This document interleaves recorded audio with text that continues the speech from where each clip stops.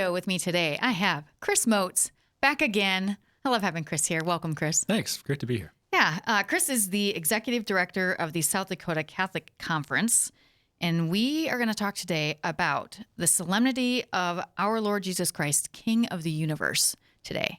And people are probably saying, why is Chris Motz here to talk about that? But Chris, this actually applies very well to Chris because there's a kind of political background to how this came about. So, at least to me, it seems like it. So we'll see what he tells us. He's looking at me like, I think that's I don't totally, know if that's really true. No, it's fair. Totally true. Totally true. So I invited Chris back on to kind of talk about this a little bit. And he just wrote an article for the Bishop's Bulletin. Let's see, by the time yes, I think it's out. It is. It's in the current November one. Yeah, thanks for that. I don't even know what's in there. An article about this particular feast. So if you haven't read it, go into the November issue and take a look. So, all right, Chris, let's jump in. So this solemnity is celebrated on November 21st. If you're listening on radio, it should be the day that this airs. If you're listening another time, it should be coming up or just past. Can you tell us how this came to existence? And because it's not very old. No, it's not very old. The solemnity of Christ the King was promulgated about 100 years ago, 1925, by Pope Pius XI. And it came about at a time in the world's history that was really a tumultuous time. So Pius became Pope in, I think, like 1922. And even then, 3 years prior to promulgating the feast, he's recognizing in his public writings, in his preaching, like something very, very serious is happening in the world right now. And it's been happening for some time, kind of going back to the turn of the 20th century. People are maybe familiar with the Cristeros War in Mexico, a really rabid atheistic secularism that is persecuting the church. Then the world goes through World War I, the war to end all wars, catastrophic, just shock to this Christian culture in Europe. And we're seeing, too, at that time, the rise of this really militant Marxism. The Leninists had taken power in Orthodox Russia. And so we're seeing the rise of these really militantly atheistic ideas across the world in ways that are sort of not just like ignoring the church or shoving her to the side, but really persecuting people of faith in really active ways. So, and Pius is seeing like actually these atheistic ideologies are beginning to take hold in people. People are rejecting legitimate authority in ways they never have before. And the solution, kind of his pastoral insight there into this wound that the world is experiencing is we need to just claim the kingship of Christ, sovereign Lord of every aspect of human affairs. Right. And what he means in that, when I say every aspect of human affairs, the reason that, I, as the director of the South Dakota Catholic Conference, talk about this is he means all of our lives, not just our private life, our public life too. Right. Not just something we do in the confines of our own home, but really in our social life. Yes. That's why we can describe it as a social doctrine in a certain sense. Right. Okay, so I have a question for you that just popped into my head. I don't know if I'll be able to answer it. Where did Pope Pius grow up? Did he grow up? Was he a European and he experienced all of this as he was growing up and so on before he became Pope? That's a great question. I am not an expert in my papal history. I would have had to brush up on that beforehand. I know I should have asked you ahead of time. I'm sorry. I'm nearly certain that he's Italian, although I don't know much about his life.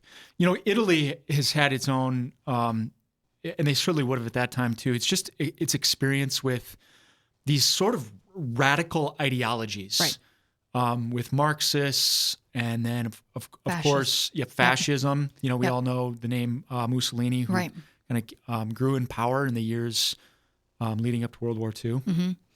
Yeah, I feel like he probably. It's not like he just experienced this just while he was Pope. Right. This was something that you said had been coming for a while. So by the time he was Pope, he was probably very much feeling that.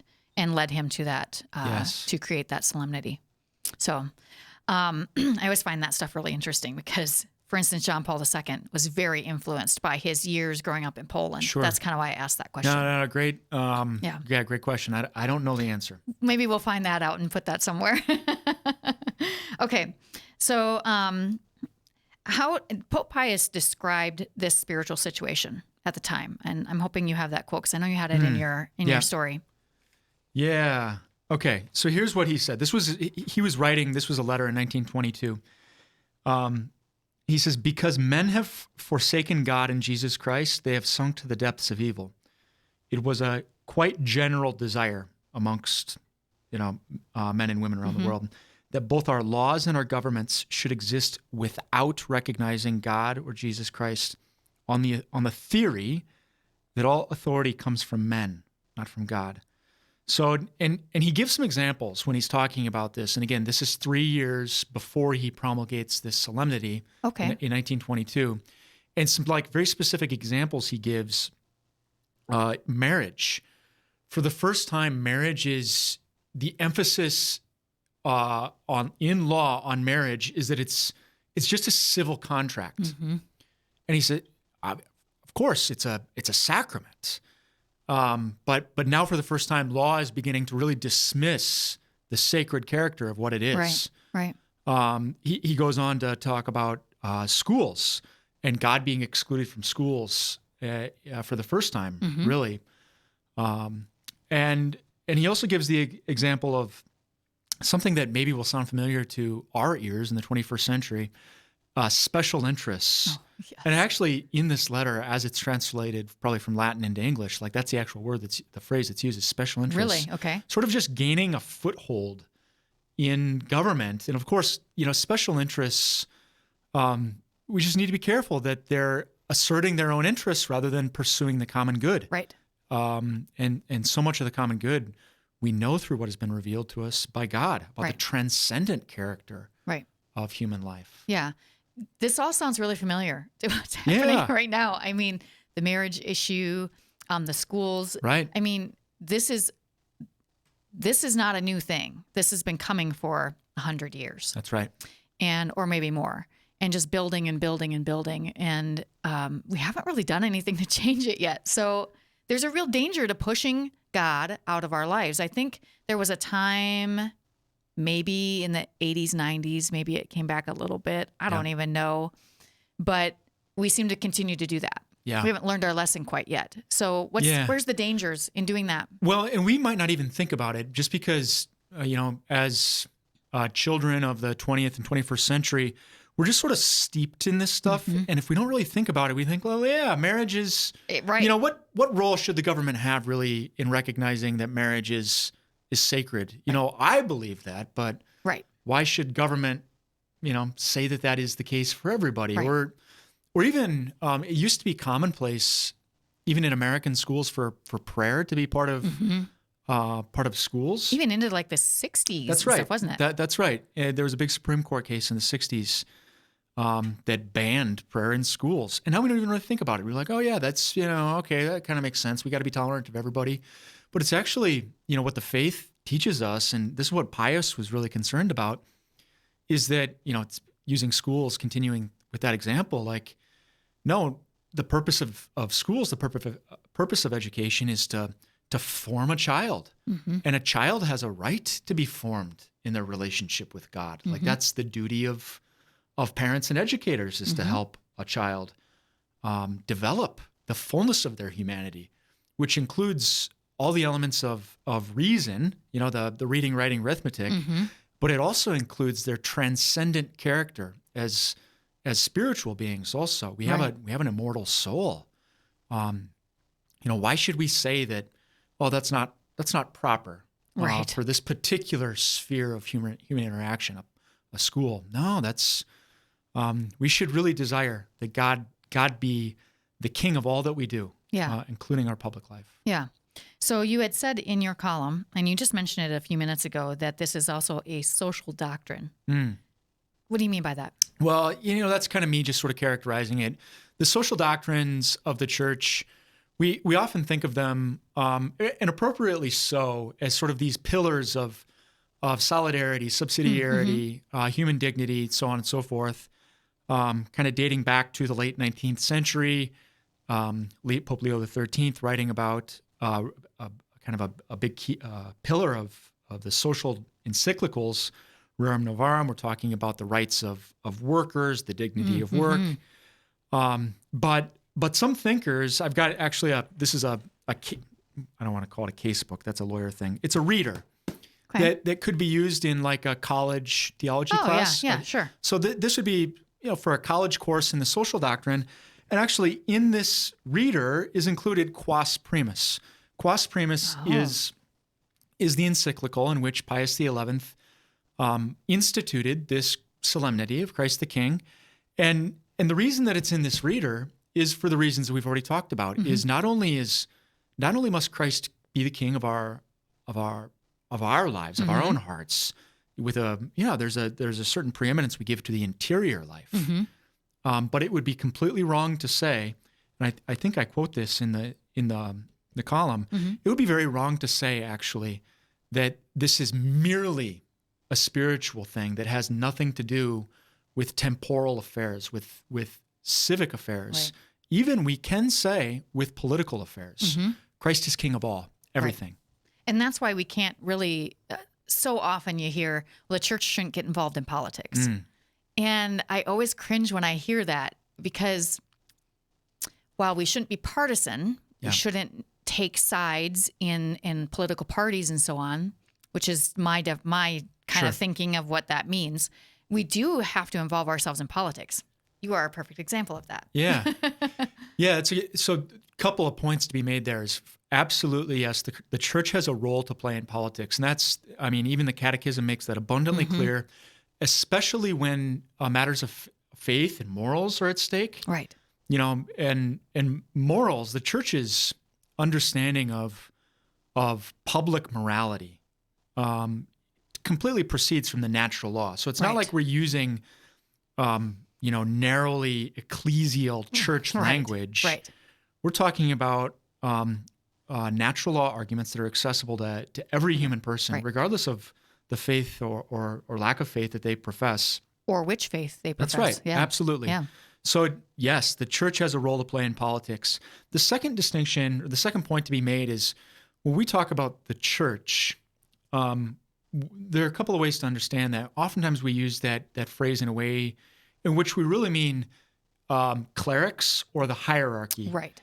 And they have a more circumscribed role. So bishops, priests, and so forth, they have a more circumscribed role. The political vocation is first and foremost a vocation for the laity. Right. All the baptized. And it is proper to describe all of the baptized as the church. Sure. They're part and parcel of the church. As St. John Henry Newman, he was a churchman, he was a cleric. He used to say, we'd look pretty silly without them, meaning priests. They would look pretty silly. we're together in this, right? So the point there is that for lay people specifically, we cannot say that get involved in politics, but stay away from party politics. Right. Now we know that no political party perfectly captures the church's social vision. Right. But it's okay if a person feels called, if a lay person feels called to be involved in a political party, go for it. Right. Bring your faith with you. Yes, I was just going to say that. Bring your faith with you, please. That's our first loyalty. Yeah. If you just joined us, we're talking to Chris Motz about the Solemnity of Christ, King of the Universe. Okay, so how is this connected to religious liberty? Because I have a feeling it is, to a degree at least. Yeah, I think it's good to make that point, because it's like, okay, well, what does that really have to do with liberty? Right. The bishops of the United States, about, it was 2012, the U.S. Bishops' Conference started to give a renewed focus to religious liberty. And the context for that point in time, the Affordable Care Act was going through Congress, it was commonly known as Obamacare, for just to trigger our memory. It was, so 2012. Oh, yeah, that thing. Yeah, that thing. And the bishops, the U.S. bishops, were generally supportive of it, but they had some real concerns that it put a heavy burden on our religious freedom in some very serious ways. by mandating contraceptive coverage in certain cases. So they began to talk more about religious liberty, and they put out this really beautiful pastoral letter. It's called "Our First Most Cherished Liberty." And one of the things that they point out in the letter, they kind of beautifully and rather succinctly unpack some of our own history as Americans with this liberty. It's really important. But then when they encourage us to pray for the preservation of religious liberty in our country, they highlight this solemnity in a particular way. Okay. And they specifically tie it to the fact that this feast was born in 1925 when it was promulgated. It was born out of resistance to what they call totalitarian incursions against religious liberty. So these totalitarian impulses in government that were really oppressive to faith. Right.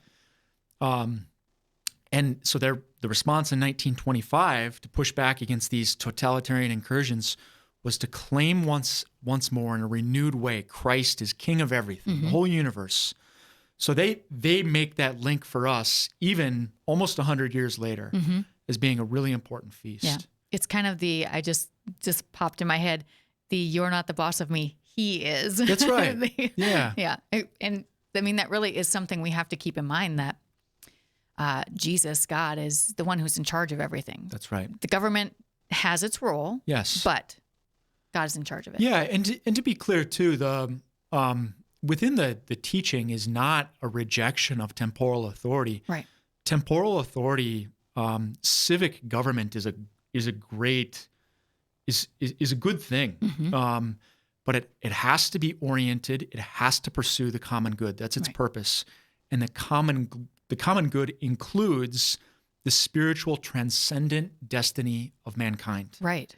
And that destiny includes Christ as our King. I think we forget that sometimes, that it does include that, because you're just thinking about, well, everyone needs to be fed and everyone needs to be clothed and everyone needs a job and whatever. Yes. But that spiritual part was always part of it. That's and right. just in the last 100 or so years, it's really become kind of pushed to the side. That's right. So yeah, and that was something that Mother Teresa really recognized too in her work in our country.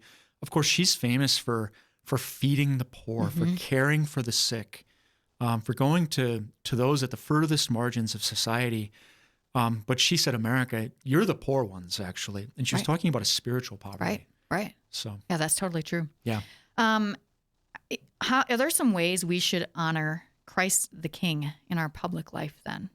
We got to be, I think one element, so first and foremost, we have to let Jesus be the King of our own hearts. In order to be serious about our public life and the role of Christians, the role of Christ as King in the world, we have to first be serious about our interior life. If we haven't just submitted ourselves to Him, if we haven't given our hearts to Him as our King, as our leader, that's the first step. Yeah. The second step, I think, is to be we don't have to be ashamed in the public realm. Here in the Diocese of Sioux Falls, we've got something that came to mind as I was thinking about this is Catholic Men's Business Fraternity. Oh, yes. Yeah, great. They're awesome. They are a great group of men. But they've got this little cross, this little lapel pin. They just own it. Yep. Here it is. Yep. This is my boss right here. I'm wearing this lapel pin. And they're like seeking the good every day in their work as businessmen, which is fundamentally a secular endeavor. That's which is appropriate and good. But they're just, I love how there's this element of unabashed claiming of their identity first and foremost as baptized disciples of Christ. Yeah. So in our hearts, claim Him as Lord. And then second, let's not be afraid to share it and own it in public life. Own your Catholic faith. Own it. In front of everybody. Right. Yeah. Okay, we have about a minute or so left. Is there something that we miss or we should know about this feast day?